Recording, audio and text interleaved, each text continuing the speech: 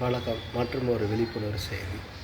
அதாவது குறைஞ்சது ஒரு 4 மாதத்துக்கு முன்னாடி ஆன்லைனில் ஒரு செய்தி வந்தது.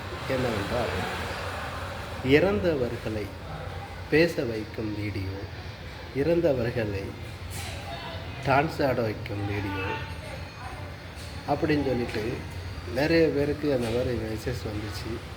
அதை எப்படி பயன்படுத்தணுங்கிறது தெரியாமல் இருந்துச்சு. ஆனால் அவங்களே ஒரு வீடியோ போட்டு காமிச்சிட்டு யாரும் இதை தவறாக செய்ய வேண்டாம் என்று இதில் வேற சொல்லியிருந்தாங்க. அது ஏறத்தாழ நல்லா தான் இருந்துச்சு. ஏன்னா இறந்தவங்களை பேச வைக்கிற மாதிரி வெறும் ஃபோட்டோஸ் மட்டும் இருந்தால் போதும்.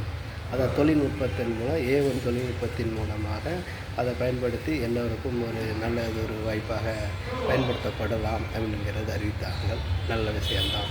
ஆனால் இப்பொழுது நீங்கள் இப்போ செல்லில் போய் ஆன்லைனில் பார்த்தீங்கன்னா, எந்த இதில் போனாலும், யூடியூப்பில் போனாலும் சரி, இன்ஸ்டாகிராமில் போனாலும் சரி, ஃபேஸ்புக்கில் போனாலும் சரி, அதை பாருங்கள். இன்றைக்கி நம்ம எதை வேண்டான்னு நினச்சோமோ அதை எல்லாமே பயன்படுத்துகிறாங்க. சம்மந்தமே இல்லாத ஆளு கூட சேர்த்து அதை இது பண்ணி விடுதாங்க.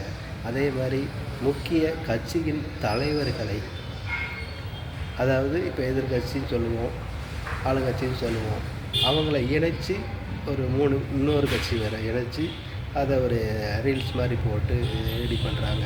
இன்னும் இது தொடர்ந்தால் போகிற போக்கில் இது எந்த மாதிரி வெடிக்கும் என்பது தெரியவில்லை.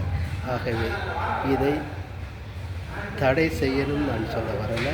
இதை எப்படி தடை செய்யணுங்கிறத கொஞ்சம் ஆலோசனை பண்ணி இதை பண்ண வேண்டும் என்று தமிழக அரசுக்கும் மத்திய அரசுக்கும் தாழ்மையான எனது வேண்டுகோளை வைக்கிறேன். இதன் மூலம் நன்றி. மக்களுக்கு நல்ல விஷயங்களை கற்றுக் கொடுங்கள். ஆனால் நல்ல விஷயத்தான் கற்றுக் கொடுக்குறீங்க, சில பேர் அதை தவறுதலாக பயன்படுத்தி விடுகிறார்கள். ஆகவே தொழில்நுட்பம் எந்த அளவுக்கு பெருகி இருக்கிறதோ தவறுகளும் அந்த அளவுக்கு பெருகி வருகிறது. ஆகவே இது உடனடியாக கிள்ளி எறியப்படக்கூடிய விஷயமாகும் என்று சொல்லிக்கொண்டு விடைபெறுகிறேன். நன்றி.